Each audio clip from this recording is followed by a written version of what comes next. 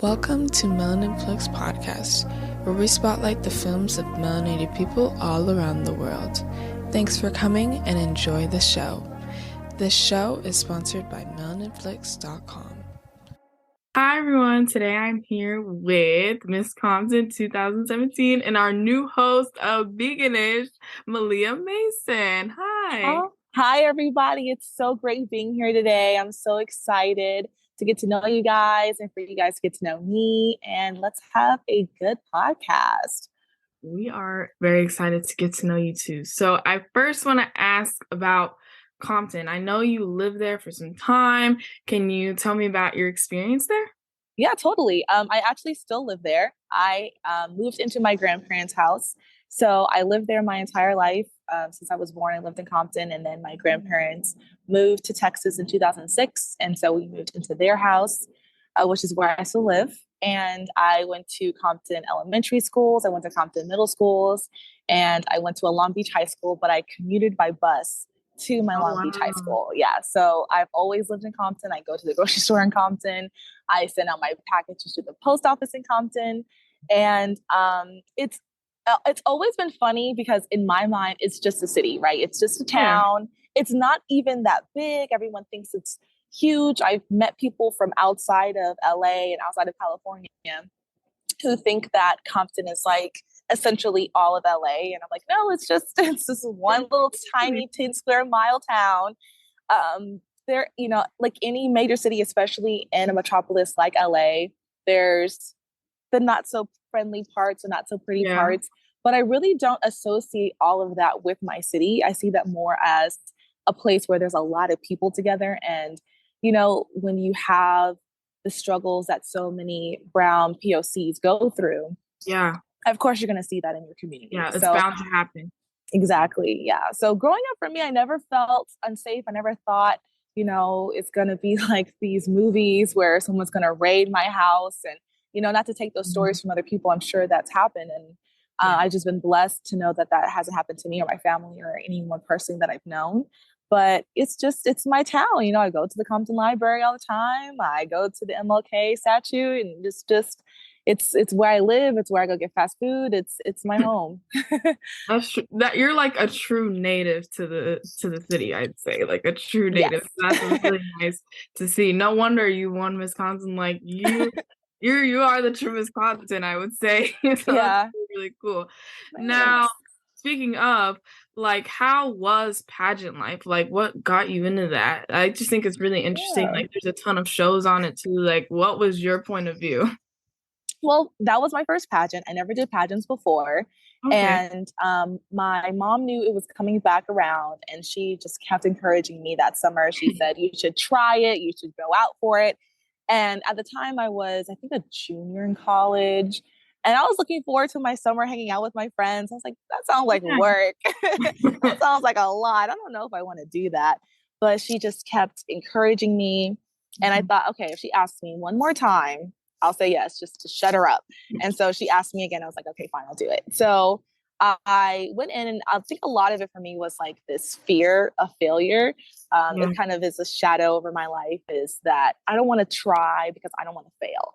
So more than anything, I was really nervous about embarrassing myself on stage and, tripping over my shoes. And like you've seen on TV shows, like the worst. Exactly.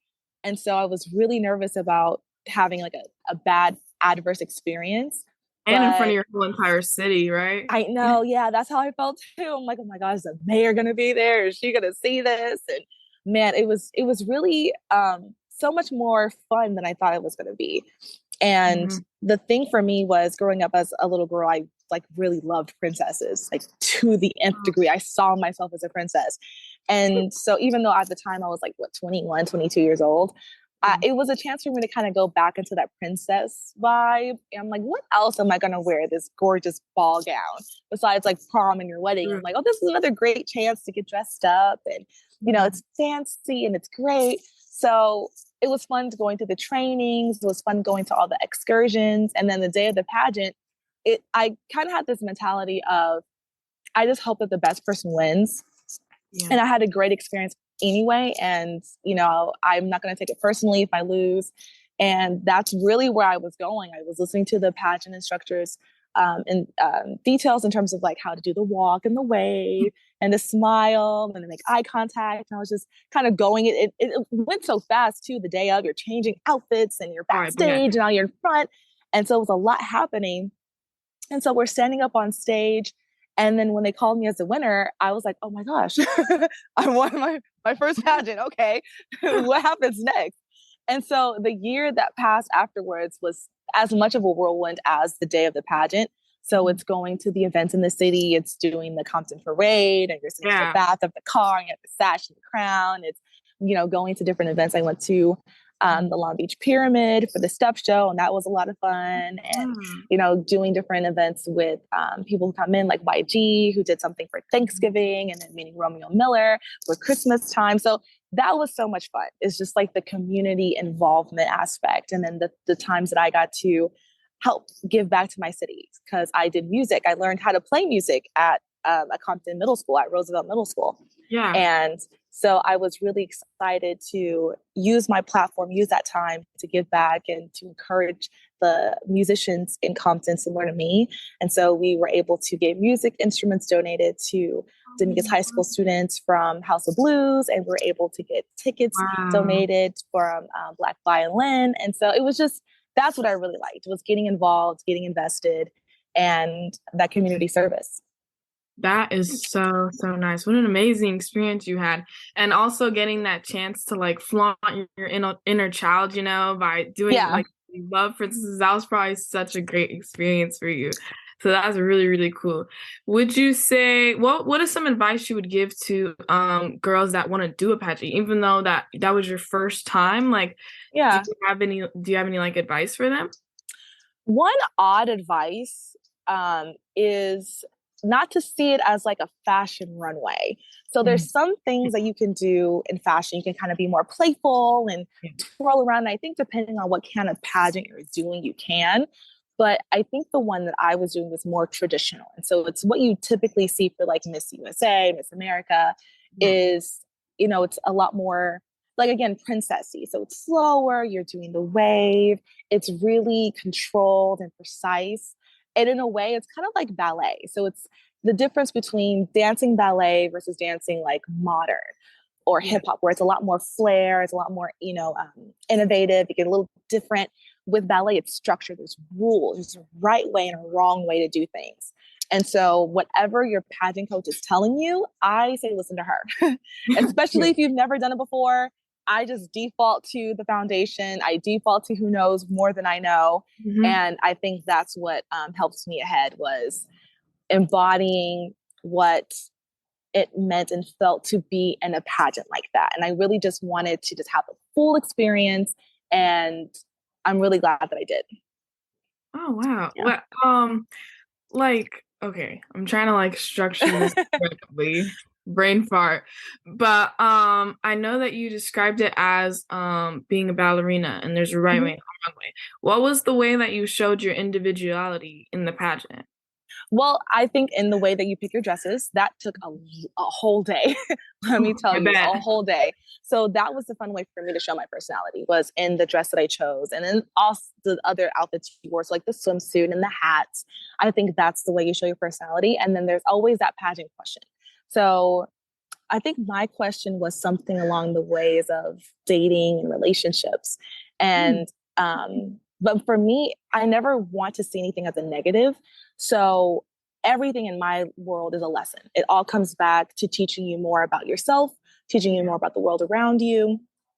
And I use that pageant question as a moment to show people my mindset and to kind of bring them into my world. So even though there is like a structure, same thing with like any other event, when there's sports, there's ways you can get fouled out, there's ways that you can get penalties. And I think Right. that's the same way for pageants. And so I think the walk is just more of, keeping it controlled so people can see your essence and see your dress and see your moment, rather Right. than it being about um, doing things that may distract, which is, Hmm. I think, the same reason why ballet is so controlled, is because you're seeing the overarching story rather than this small moment. So yeah, so I I showed my personality through my dresses, which is usually how I show my personality anyway. I'm And really into yeah, with your fashion, really into clothes. clothes, really into Yeah, shopping.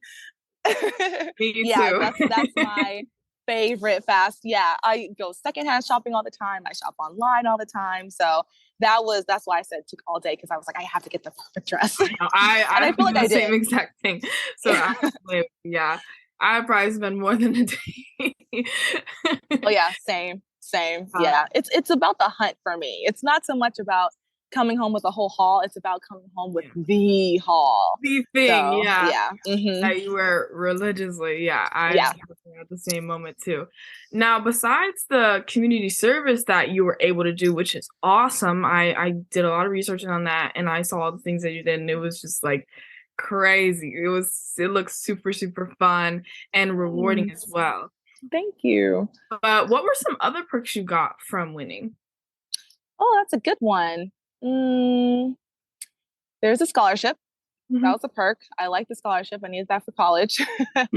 um, what was I think it was also meeting people. So I got to go to a community event hosted by Ava DuVernay. It was when she Oh, was debuting her movie A Wrinkle in Time. And I so saw that was that. Yeah. cool. Yeah. So that was always a fun thing is like the events that I feel like in certain communities, it's hard to get advertising. It's usually word of mouth. And so Mhm. oftentimes I know for me, I miss out on stuff because I just don't know what's happening. So that was a fun part. It's So like, much. I know there's just so much happening and you can never know on any given day Mhm. when anything is. And I feel like that was the benefit was like, oh, this is happening in the city. Okay, I'll be there. Oh, who's here? Yeah. Okay, great. I'll be there. Count me I'm, in. yeah, I know exactly. I'm such like I don't know how to like, I like being in events. I just like being out, meeting new people, talking to people. So I keep saying community is because it's just so much more fun to like with the pandemic. I was like, I'm in home all the time. Like, why am I here? When am I leaving? And so, of course, my pageant was pre-pandemic, but I really loved going to all these community events and meeting people and having these crazy experiences like going to the movie premiere. So I think that was another perk was just being there for all the fun events happening in the city. Yeah, that seems really rewarding. Yeah.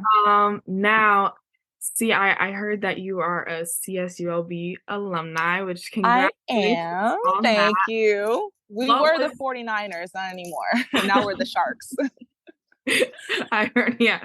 Um, but what was your experience there? I actually applied there, so I just thought I'd hear a little bit Oh, about your experience. yeah, it's great. I'm still really close to a lot of the friends I made at CSULB. Hmm. So the people there, it's such a relaxed school. And I don't know if it's just me. I majored in film. So the department's the arts and A it's little bit. super laid back. So I could be giving a whole false statement about CSULB.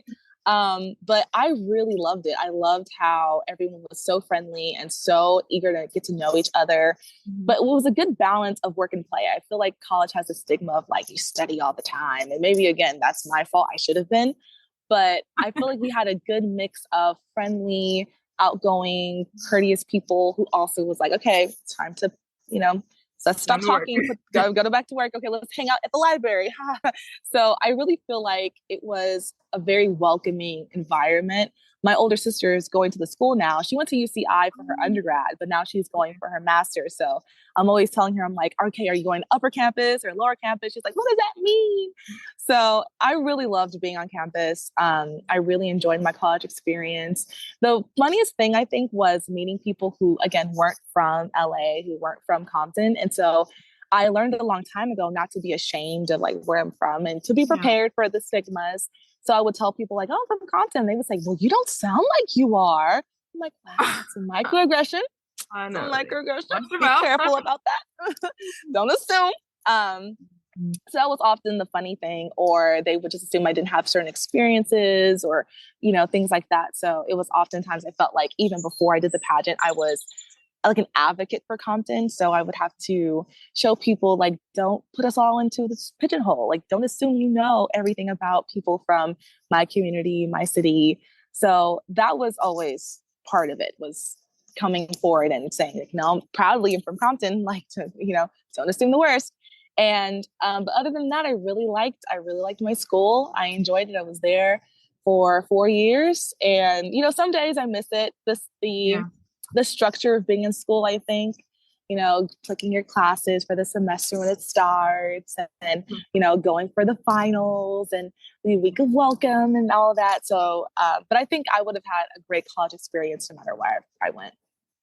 Oh wow. I think maybe it's chill because of the beach vibe, being in Long Beach and all. That might Yeah, be it. But so. like, what made you get a film degree? I love writing. I've always loved writing, specifically creative writing. Yeah. But I also did music, and so it was kind of a fluke that I ended up in film. I wanted to do film scoring, so I wanted to do music Okay. composition for Oh wow. film. One of my favorite movie composers is Hans Zimmer, so I wanted to be Hans Zimmer, and I applied for a major that doesn't exist, and they told me like, "Hi, this isn't a real major. You can't do movie scoring. So what we can do is put you in film, and then you can audition for the music department and do composition." And I had horrible performance anxiety, horrific. And so the idea of auditioning for anything, just no, that was done. And even though I love listening to music, I love understanding the language of music, to this day, I haven't played since 2014. I really don't regret quitting music. So I made that decision that freshman year. I was like, I think I'm done. I think I'm going to just go into film. And I decided to pursue my second love, which was writing. And so I did screenwriting for film. But I learned that the film industry is convoluted, I guess is the nicest way to put it. It's very up and down. It's so unpredictable. There's so many moving parts. It's like a group project. And I was like, I like it better on this side rather than being the producer behind the scenes. I think as I grow and mature and get more of my own voice, that'll change. But as a freshman in college at 17, I was like, no, thank you. I'm okay. So I'll just stick to screenwriting, but I won't be a producer. And so I got my degree. And yeah, that's kind of the odd way that I ended up in film. It was like a happy coincidence because I really feel like being in screenwriting made me a better writer. So either way, you wanted to kind of be behind the camera, like, is that kind of what it was? No, I think I did. Sorry, I'm fighting a cold. I think I did to a certain degree. Okay. I like understanding how something works. I think I have a very analytical mind. So I liked getting behind why a good story is a good story. But the technicals in terms of like camera angles and lighting, which has been my problem this whole interview, those things just go right over my head. People talk about different lenses. And I remember taking a class, we talked about different shot angles. It's I don't know, waist up and eagle eye. I was like, okay, I'm lost. I'm confused. I am not a visual person at all. So I think that's what threw me off with film. I was like, I don't speak this language, but the storytelling language, yes. Yeah, like the far point from far analytical stuff, because that's like every imperfection is identified. They get it to a T. Yeah, everything has meaning. Yeah, everything has meaning. They taught us that. They said if anyone's coughing in a movie, they're supposed to cough. I'm like, wow, okay. There's no accidents, there's no coincidences. Got it. Scratch their nose or something like that. There's a reason. Now that I know you're not shy to the public eye because of all the things you've done, like involving the community, but on your appearance on the Hershey campaign, I heard your mom say that you tend to isolate yourself. So what I wanted to ask you is like, what made you want to branch out to like new things that are like that bring more attention to yourself, if that makes sense? It's a great question.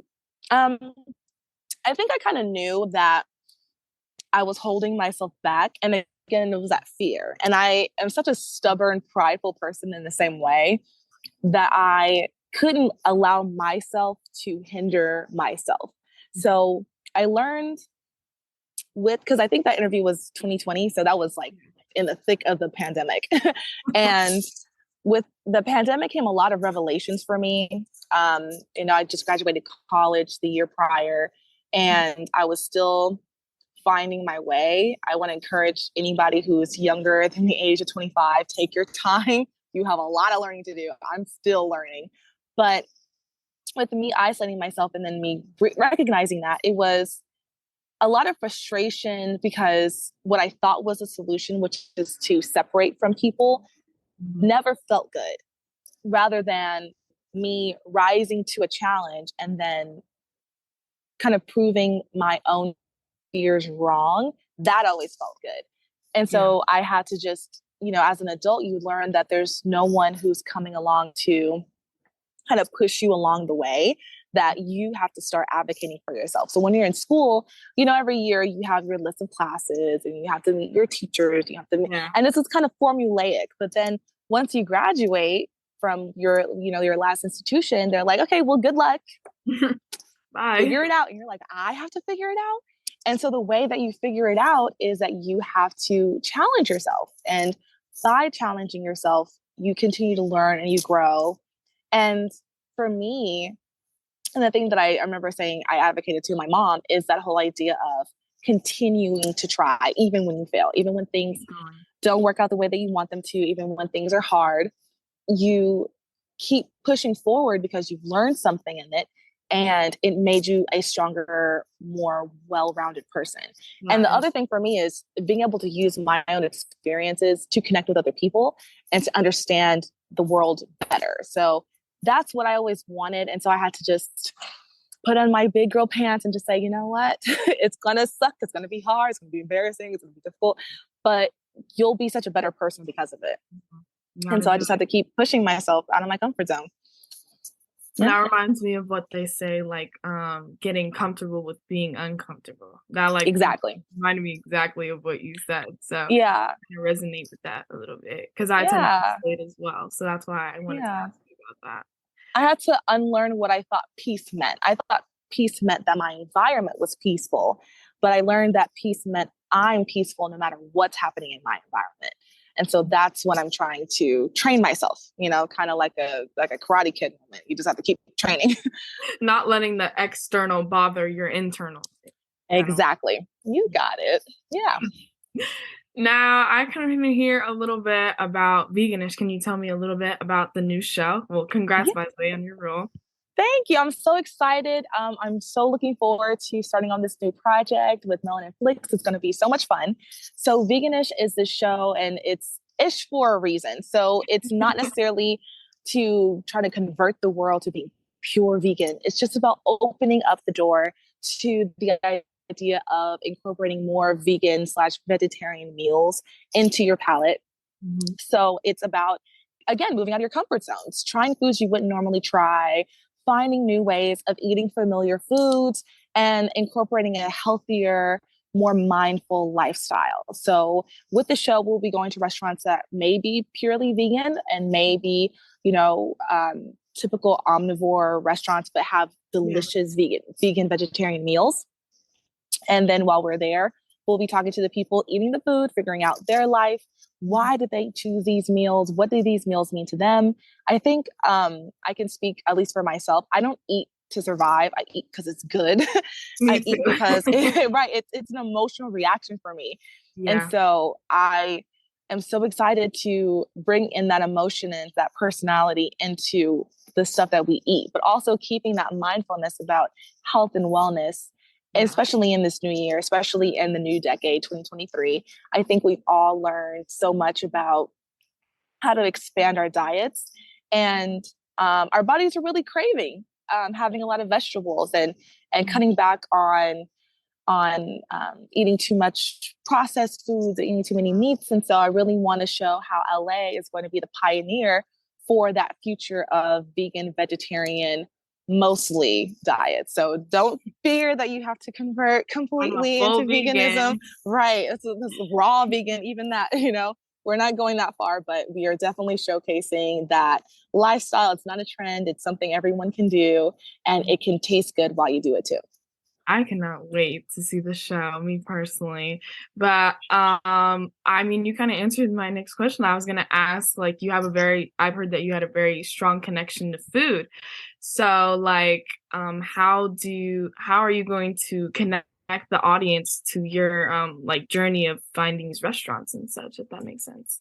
Yeah, that's a great question. I think right now, as an LA native, I'm always trying new things. There's always some pop up, Oh there's yeah, always some new restaurants. And then the exactly. funny thing is, there's restaurants that it will exist, and you're like, I've never been here. I've passed by this area, my entire life. I've never stepped through these doors, or stepping away from trying different things on the menu. I know for me personally, I'm like, I'm going to get the same thing. I don't care